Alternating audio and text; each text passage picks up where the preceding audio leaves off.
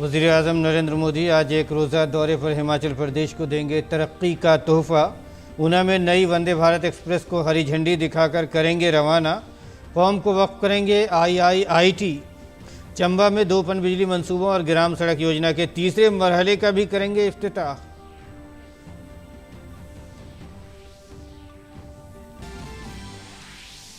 त्रिपुरा और आसाम के दौरे पर सदर जमहूरिया द्रौपदी मुर्मू आज त्रिपुरा में अगरतला कोलकाता ट्रेन को दिखाएंगी हरी झंडी।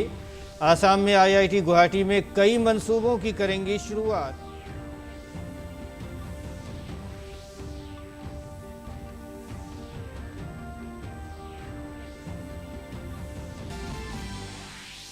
वज़ीर दाखिला अमित शाह आज गुजरात में 3 रास्तों पर बीजेपी के गुजरात गौरव यात्रा का करेंगे आगाज़। बीजेपी सदर JP नड्डा द्वारका से पोरबंदर तक का सफ़र करने वाली यात्रा को करेंगे रवाना। इंतखाबात से पहले आवाम के साथ राब्ता कायम करना है यात्रा का मकसद।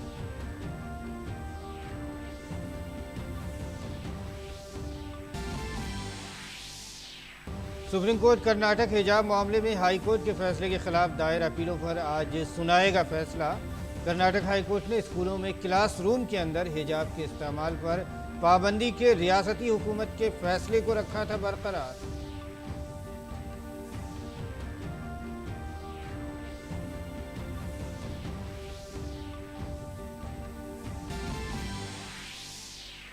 अक़वाम मुत्तहिदा की जनरल असम्बली और यूक्रेन के 4 इलाकों पर रूस के कब्जे की मजम्मत करते हुए मंजूर की करारदाद के हक में 143 अराकीन ने दिया वोट। भारत समेत 35 ममालिक ने वोटिंग में नहीं लिया हिस्सा।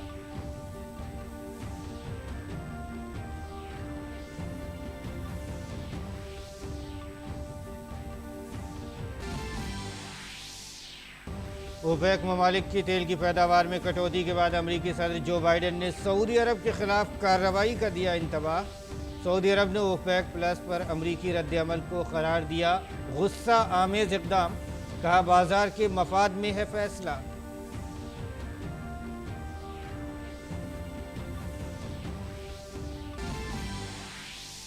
और ख़वातीन एशिया कप क्रिकेट के सेमीफाइनल में भारत और थाईलैंड के दरमियान मुकाबला जारी। थाईलैंड का टॉस जीतकर गेंदबाजी का फैसला। दूसरे सेमीफाइनल में पाकिस्तान और श्रीलंका होंगे आमने सामने।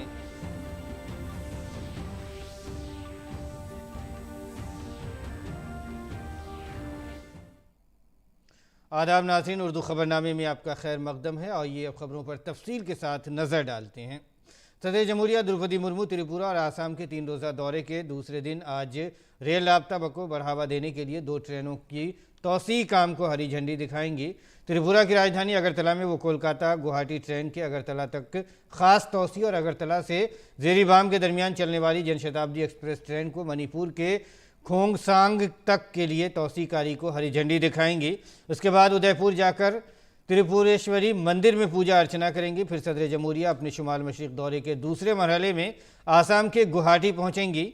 IIT गुवाहाटी में वो मरकज़ी इलेक्ट्रॉनिक और इंफॉर्मेशन टेक्नोलॉजी की वजारत और सेहत और ख़ानदानी बहबूद की वजारत और आसाम सरकार के मुख्तलिफ मनसूबों का संग बुनियाद रखेंगी।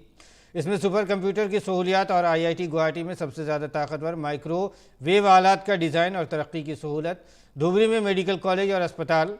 आसाम के डिब्रूगढ़, मध्य प्रदेश के जबलपुर में नेशनल इंस्टीट्यूट ऑफ वायरोलॉजी के इलाकाई इदारे शामिल हैं। इसके अलावा गुवाहाटी के आसाम एडमिनिस्ट्रेटिव स्टाफ कॉलेज में मुनक़िद सिविल एजाज़ी तकरीब और सकाफती प्रोग्राम में भी हिस्सा लेंगी।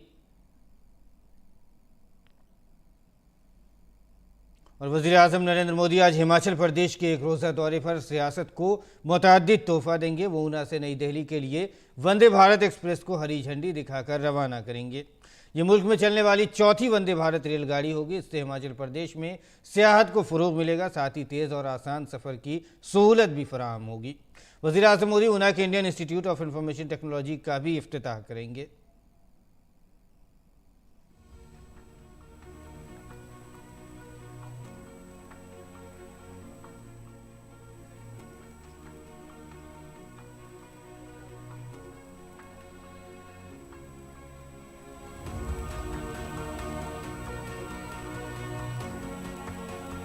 वज़ीर-ए-आज़म नरेंद्र मोदी नई वंदे भारत एक्सप्रेस को हरी झंडी दिखाएंगे। ये अंदौरा से नई दिल्ली तक चलेगी। ये ट्रेन पहले के मुकाबले एक शानदार वर्जन है जो सिर्फ 52 सेकंड में 100 किलोमीटर फी घंटे की रफ्तार पकड़ लेती है। वजीर आजम ऊना जिले के हरौली में बल्क ड्रग पार्क का संगे बुनियाद रखेंगे, जिसकी तामीर 1900 करोड़ रुपए से ज्यादा की लागत से की जाएगी। इसमें तकरीबन 10,000 करोड़ रुपए की सरमायाकारी की उम्मीद है और 20,000 से ज्यादा लोगों को API पार्क मंसूबे से रोजगार मिलेगा। इससे खित्ते में इक्तिसादी सरगर्मियों को भी फरोग मिलेगा। वज़ीर आज़म Indian institute of information Una को कौम के नाम वक्फ करेंगे। इसका संगे बुनियाद वज़ीर आज़म ने 2017 में रखा था। फिल वक्त इस इदारे में 530 से ज्यादा तलबा ज़ेर तालीम है। IIIT ऊना में उसका भी उद्घाटन होगा और साथ साथ में वंदे भारत ट्रेन जो अपने आप एक बहुत बड़ा योगदान है, इसको भी हरी झंडी लाकर रवाना किया जाएगा ऊना से दिल्ली के लिए। चंबा के अपने दौरे के दौरान वज़ीर आज़म हिमाचल प्रदेश की प्रधानमंत्री ग्राम सड़क योजना के तीसरे मरहले का भी इफ्तिताह करेंगे। ये स्कीम 3,000 करोड़ रुपए की है, जिसमें चंबा जिले में 50 करोड़ की लागत से देही सड़कें बनाई जाएंगी। इसके अलावा वज़ीर आज़म 48 मेगावाट के चंजू पनबिजली मंसूबे और 32 मेगावाट के ड्यूथल पनबिजली प्रोजेक्ट का भी संगे बुनियाद रखेंगे। चंबा एक ऐसा जिला है हिमाचल का जहां हाइड्रो पावर का बहुत ज़्यादा पोटेंशियल है और उसी कड़ी में हमारा जो स्टेट की पावर कॉरपोरेशन है वो 2 पावर प्रोजेक्ट्स का फाउंडेशन स्टोन प्ले कर रही है माननीय प्रधानमंत्री महोदय के द्वारा। एक हमारा 48 मेगावाट की परियोजना है और दूसरा द्योथल चांजू है जो लगभग 30 मेगावाट है।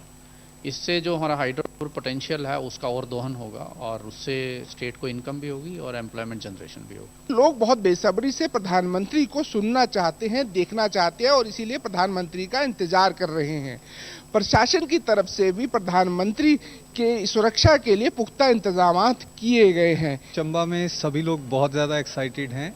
हमारी होश में तो ये पहली बार ये मौका हमें मिल रहा है। भारत के यशस्वी प्रधानमंत्री, उनको हम सुनेंगे। सब लोग यहाँ बहुत ज़्यादा एक्साइटेड हैं। पहली बार हम देख रहे हैं कि कोई प्रधानमंत्री हमारे चंबा डिस्ट्रिक्ट में आ रहे हैं, तो ये बहुत ही उत्सव से कम नहीं है हमारे लिए, चंबा वालों के लिए। रियासत के वज़ीर आला जयराम ठाकुर का भी मानना है कि रियासत में वज़ीर आज़म के दौरे से बीजेपी कारकुनों में काफ़ी जोश व खरोश पैदा होगा, जो इंतखाबात में कार आमद साबित होगा। जब प्रधानमंत्री जी का हिमाचल आना, तो हिमाचल के लोगों को लगता है कि हम ऐसे क्षण में जहां प्रधानमंत्री जी को हमारे सहयोग और समर्थन की ज़रूरत है, हम क्यों ना खड़े उनके साथ। वो खड़ा होना चाहते हैं और खड़े होकर के उन्हें दिखाया है, एक बार नहीं अनेक बार दिखाया है, तो इसलिए अब की बार भी ये होगा। वज़ीर आज़म हिमाचल प्रदेश को अपना दूसरा घर मानते हैं और वज़ीर आज़म ने कई बार इसका जिक्र भी किया है। ऐसे में वज़ीर आज़म मोदी के दौरे से रियासत की तरक्की की रफ्तार को बढ़ाने में मदद मिल रही है। शैलेंद्र मिश्र और बिक्रमजीत सिंह के साथ bureau report, DD news Urdu खबरें। और वज़ीर आज़म नरेंद्र मोदी आज हिमाचल प्रदेश की ऊना से नई दिल्ली के लिए नई वंदे भारत एक्सप्रेस को हरी झंडी दिखाकर रवाना करने वाले हैं। इस सिलसिले में हमारे नुमाइंदे शैलेंद्र मिश्रा ने शुमाली रेलवे के अम्बाला डिवीज़न के DRM गुरेंद्र मोहन सिंह से बातचीत की है। देश को चौथी वंदे भारत ट्रेन की सौगात मिलने जा रही है और हिमाचल के लिए आज बहुत बड़ा दिन है। कैसे चलेगी ये ट्रेन, क्या इसका रूट होगा, क्या समय होगा, इस सब पर बातचीत करने के लिए हमारे साथ मौजूद हैं गुरिंदर मोहन सिंह जो अम्बाला जोन के DRM है। बहुत बहुत स्वागत है आपका। एक चौथी वंदे भारत ट्रेन है, क्या रूट होगा, कहां से कहां तक चलेगी, बताइए। ये चौथी वंदे भारत ट्रेन है जिसका आज ऊना स्टेशन से इनॉग्रेशन करेंगे प्रधानमंत्री जी हमारे, और ये आज इनॉग्रेशन रन है और इसके बाद 21 तारीख से ये रेगुलर पैसेंजर कमर्शियल रन के लिए खोल दी जाएगी गाड़ी। ये दिल्ली से 5:50 पे सुबह चलेगी और ये 11:05 पे अंदौरा पहुंचेगी। हफ्ते में कितने दिन चलेगी ये ट्रेन और वापसी कब होगी? हफ्ते में 6 दिन गाड़ी चलेगी। शुक्रवार को ये गाड़ी नहीं रहेगी, मेंटेनेंस के लिए रहेगी गाड़ी हमारे यार्ड में, और बाकी 6 दिन इसकी कमर्शियल सर्विस रहेगी लोगों के लिए, और पैसेंजर बुकिंग कल से खुल जाएगी। और वापसी आते ही उसके बाद कितनी देर बाद? वापसी में 1 बजे चलेगी दोपहर को और 6:25 पे नई दिल्ली पहुंच जाएगी, और रास्ते में अनंतपुर साहिब, चंडीगढ़ और अम्बाला स्टेशनों पे। वंदे भारत ट्रेन बहुत चर्चा में रही है जब से इसकी शुरुआत हुई। पहली ट्रेन चली वाराणसी के लिए, फिर नई दिल्ली से कटरा के लिए, गांधीनगर से मुंबई के लिए, और अब चौथी ट्रेन हिमाचल में चल रही अमनदौरा से नई दिल्ली के लिए, नई दिल्ली से अमनदौरा के लिए। तो गति की बात करें तो कितनी ये ज़्यादा तेज होती है बाकी सामान्य ट्रेन से? जैसे हमारी नॉर्मल मेल एक्सप्रेस ट्रेन होती है तो उसकी एवरेज स्पीड 55 से ऊपर फास्ट बोलते हैं, लेकिन इसकी एवरेज स्पीड 86 के करीब करी गई है। End to end 86 kilometre per hour की करेगी और मैक्सिमम गति इसकी 130 किलोमीटर प्रति आवर है। बिल्कुल एक तरह से कहें तो बहुत बड़ा तोहफा है। और वंदे भारत ट्रेन की शुरुआत होने जा रही है हिमाचल में। चौथी वंदे भारत ट्रेन है जो लोगों को मिलने जा रही है। रेल यात्रियों को एक बहुत बड़ा तोहफा हिमाचल के लोगों को प्रधानमंत्री नरेंद्र मोदी आज देने जा रहे हैं। तो इस ट्रेन की जो खूबियां हैं, इसकी जो टाइमिंग है और कितने दिन चलेगी, इस पर विस्तार से बातचीत कर रहे थे अम्बाला के डीआरएम गुरिंदर मोहन सिंह।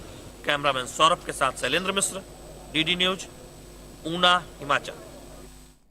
और आइए आगे बढ़ते हैं बुलेटिन में। गुजरात में आइंदा असेंबली इंतखाबात से कबल भारतीय जनता पार्टी ने गुजरात गौरव यात्रा की शुरुआत की है। वज़ीर दाखिला अमित शाह आज गिर सोमनाथ और नौसारी ज़िले से यात्रा को रवाना करेंगे। वहीं बीजेपी सदर जेपी नड्डा सौराष्ट्र खित्ते के द्वारका से पोरबंदर तक दूसरे रास्ते पर यात्रा को रवाना करेंगे। इससे कबल नड्डा ने कल शुमाली गुजरात के महासाना में ज़िले में मंदिरों के शहर बाहुचाराजी से माता ना मंदिर तक यात्रा को रवाना करके गुजरात गौरव यात्रा का आगाज़ किया था। इस मौके पर उन्होंने गुजरात की तरक्की को सिर्फ गुजरात ही नहीं बल्कि मुल्क के लिए बाइस फ़ख्र बताया। उन्होंने कहा कि आपकी वजह से भारत तरक्की कर रहा है। साथ ही उन्होंने कहा कि तरक्की याफ्ता भारत बनाने के लिए सबका साथ, सबका विकास और सबका विश्वास, सबका प्रयास, सबको साथ लेकर चलने वाला भारत जो वज़ीर आज़म नरेंद्र मोदी जी की क़यादत में मुल्क की तरक्की की छलांग लगा रहा है। इस गौरव यात्रा की गंगोत्री गुजरात है। गुजरात गौरव यात्रा 20 अक्टूबर तक चलेगी। इस यात्रा का मकसद रियासत में असेंबली इंतखाबात से कबल बीजेपी का लोगों से राब्ता कायम करना है। गुजरात गौरव यात्रा के 5 रूट्स के जरिए बीजेपी रियासत की 182 में से 144 सीटों को कवर कर रही है। 9 रोज़ा इस यात्रा में 9 मरकजी वुज़रा हिस्सा लेंगे। और सुप्रीम कोर्ट आज कर्नाटक हिजाब मामले हाई कोर्ट के फैसले के खिलाफ दायर अर्जियों पर अपना फैसला सुनाएगा। जस्टिस हेमंत गुप्ता और जस्टिस सुधांशु धोलिया की बेंच ये फैसला सुनाएगी। कर्नाटक हाई कोर्ट ने स्कूलों में क्लासरूम में हिजाब के इस्तेमाल पर रोक के रियासती हुकूमत के फैसले को दुरुस्त करार दिया था। इस हुक्म के खिलाफ कुछ तलबा और गैर सरकारी इदारों ने सुप्रीम कोर्ट में अपील दायर की थी। कर्नाटक हाई कोर्ट के 3 जजों की बेंच ने इत्तफाक़ राय से यह फैसला दिया था कि हिजाब इस्लाम का लाजमी हिस्सा नहीं है और रियासती हुकूमत स्कूलों में यूनिफॉर्म कोड नाफिज कर सकती है। 22 सितंबर को सुप्रीम कोर्ट ने मामले पर समाअत के बाद फैसला महफूज रख लिया था। मरकजी वज़ीर ख़जाना निर्मला सीतारमन इन दिनों अमेरिका के दौरे पर हैं। जुमेरात को वाशिंगटन में उन्होंने कई ममालिक के वज़राए ख़जाना के साथ 2 तरफ़ा मुलाकातें की। सबसे पहले उन्होंने वाशिंगटन डीसी में जापान के वज़ीर ख़जाना शुइची सुजुकी के साथ मुलाकात की। मीटिंग के दौरान निर्मला सीतारमन ने कहा कि 2023 आलमी फोरम पर भारत और जापान के लिए मज़ीद जिम्मेदारियाँ लेकर आया है क्योंकि दोनों ममालिक G20 और G7 की सदारत करेंगे। इसके अलावा निर्मला सीतारमन ने जनूबी कोरिया के नायब वज़ीर आज़म और वज़ीर ख़जाना चो क्योंग हू से भी मुलाकात की। वज़ीर ख़जाना ने इस दौरान अगले साल भारत की G20 सदारत के लिए जनूबी कोरिया से हिमायत भी तलब की है।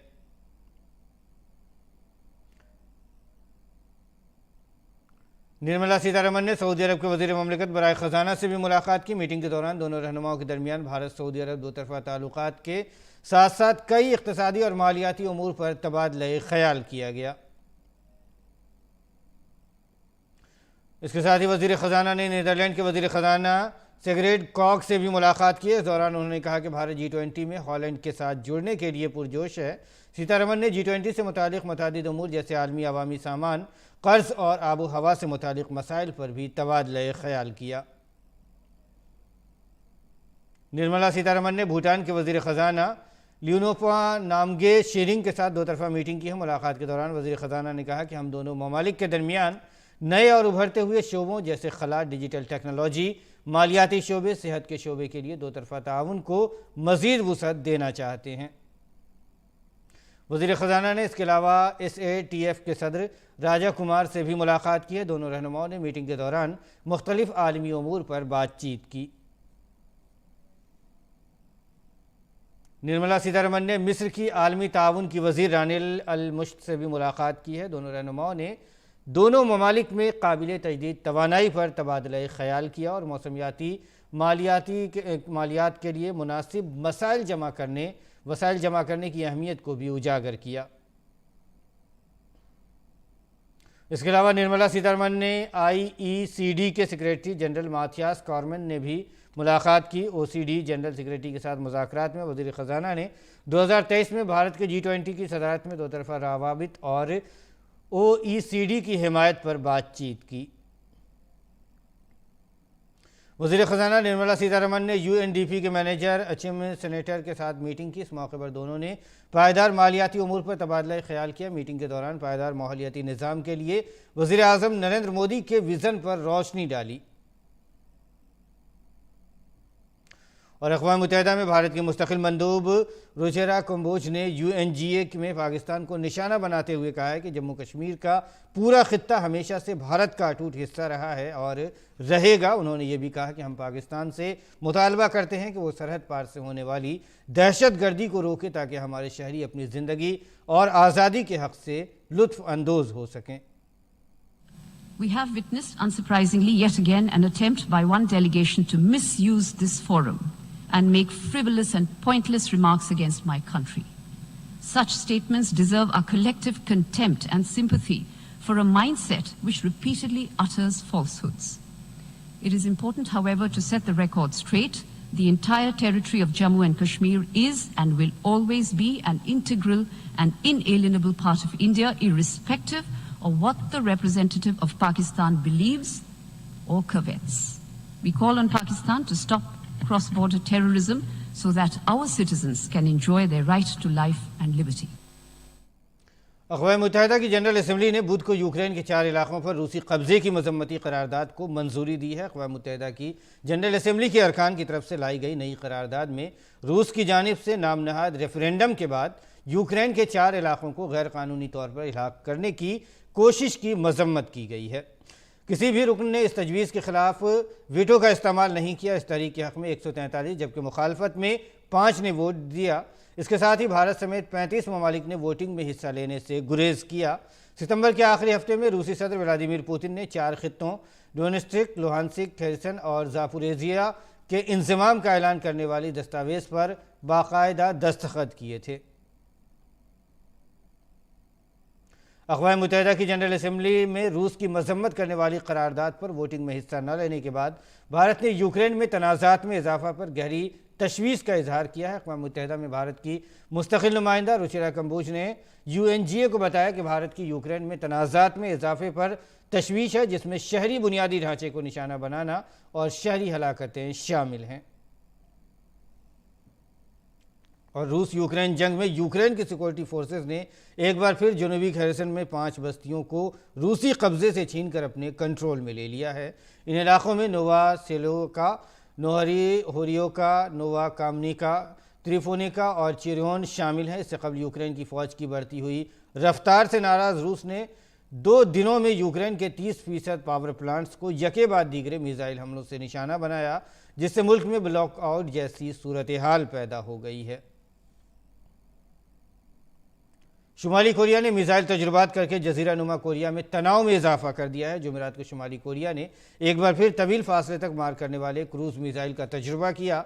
शुमाली कोरिया किम जोंग उनकी निगरानी में मुसलसल फ़ौजी सलाहियतों को बढ़ा रहा है। शुमाली कोरिया की जानिब से माजी में दागे गए मिसाइलों की वजह से जजीरा नुमा कोरिया पर कशीदगी में इजाफा हुआ है। रवां हफ्ते शुमाली कोरिया ने एक मिसाइल दागा जो जापान के ऊपर से गुजरकर बहरुल काहिल में गिरा। शुमाली कोरिया ने गुज़िश्ता 2 हफ्तों में 6 मिसाइल फायर किए हैं। अमरीका और जनूबी कोरिया ने इस हफ्ते शुमाली कोरिया के मिसाइलों के जवाब में अपने मिसाइल फायर करने के बाद जापान के साथ खुसूसी फ़ौजी मशक़ें भी शुरू की थी। अमरीका ने जजीरा नुमा कोरिया से मुत्तसिल पानी में अपना तैयारा बरदार बहरी जहाज़ तैनात कर दिया है। जनूबी कोरिया के हुक्काम ने इस इक़दाम को इंतहाई गैर मामूली करार दिया है। ओपेक ममालिक के तेल की पैदावार में कटौती के बाद अमरीकी सदर जो बाइडन ने सऊदी अरब के खिलाफ कार्रवाई का इंतबाह दिया है, जबकि सऊदी अरब ने ओपेक प्लस पर अमरीकी रद्द-ए-अमल को गुस्सा आमेज़ इक़दाम करार दिया। सऊदी अरब ने कहा कि बाजार के मफाद में लिया गया ये फैसला है।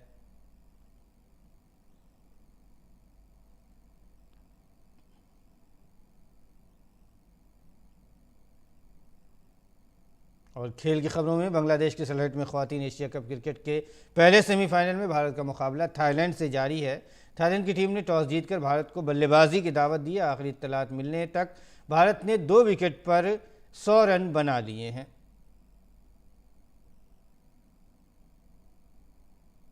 और नाज़रीन, अब एक नज़र दिल्ली से शाये होने वाले उर्दू अखबारात के मुख्तसर से जायज़े पर।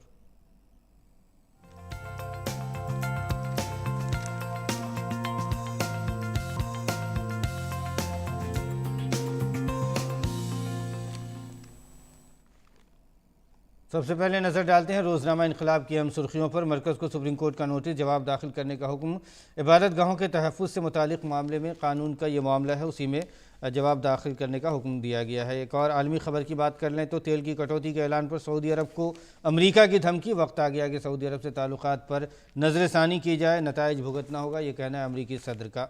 रोज़नामा राष्ट्रीय सहारा की बात करें तो हिंदुस्तान के नौजवान आज दुनिया को दरपेश हर चैलेंज का हल पेश कर रहे हैं। हिंदुस्तानी जमहूरियत में नौजवानों के किरदार के मौजू पर लोकसभा स्पीकर ओम बिरला का खिताब, इसी को अखबार ने जगह दी। आलमी सफ़े की सुर्खी है, रूसी पर मगरबी ममालिक मजीद पाबंदियाँ लगाएं। ज़ेलेंस्की G7 फ़िज़ाई दिफाई निज़ाम और बेलारूस की सरहद पर मुबस्सिर मिशन की यूक्रेनी सदारत की हिमायत का फैसला। और हिंदुस्तान एक्सप्रेस की अगर बात करें तो सुर्खी है, मरकज़ी हुकूमत ने इंसानी हकूक़ के तहफ़्फ़ुज़ के लिए अहम कदम उठाया है, नायब सदर जमहूरिया ने कहा है। एक और ख़बर हम आपको दिखा देते हैं, कौमी उर्दू कौंसिल जदीद टेक्नोलॉजी के ज़रिए उर्दू के फ़रोग़ में सरगर्म है। कौमी उर्दू कौंसिल उर्दू की तजवीज़ व इशाअत के लिए और रसाई के दायरे को वसी करने के लिए अपने अज़ाइम की पाबंदी अहद है। तो नाज़रीन, ये था दिल्ली से शाये होने वाले उर्दू के अखबारात का मुख्तसर सा जायज़ा। और वक्त हुआ चाहता है आपसे रुखसत होने का, लेकिन इससे पहले आपको छोड़े जाते हैं बॉलीवुड के मायनाज़ गुलकार किशोर कुमार के बाद नगमों के साथ। आज उनका यौम वफ़ात है, आप उनसे महज़ूज़ हों और हमें दें इजाज़त। आदाब। मेरे महबूब क़यामत होगी, आज रुसवा तेरी गलियों में मोहब्बत होगी। मेरे महबूब कहना है आज तुमसे ये पहली बार हो, तुम ही तो लाई हो जीवन में मेरे प्यार प्यार प्यार। दिल क्या करे जब किसी को प्यार हो जाए, जाने कहाँ कब किसी से प्यार हो जाए। यूं तो अकेला भी अक्सर गिर के संभल सकता हूँ मैं, तुम जो पकड़ लो हाथ मेरा दुनिया बदल सकता हूँ मैं। मांगा है तुम्हें दुनिया के लिए आने वाला जाने वाला है।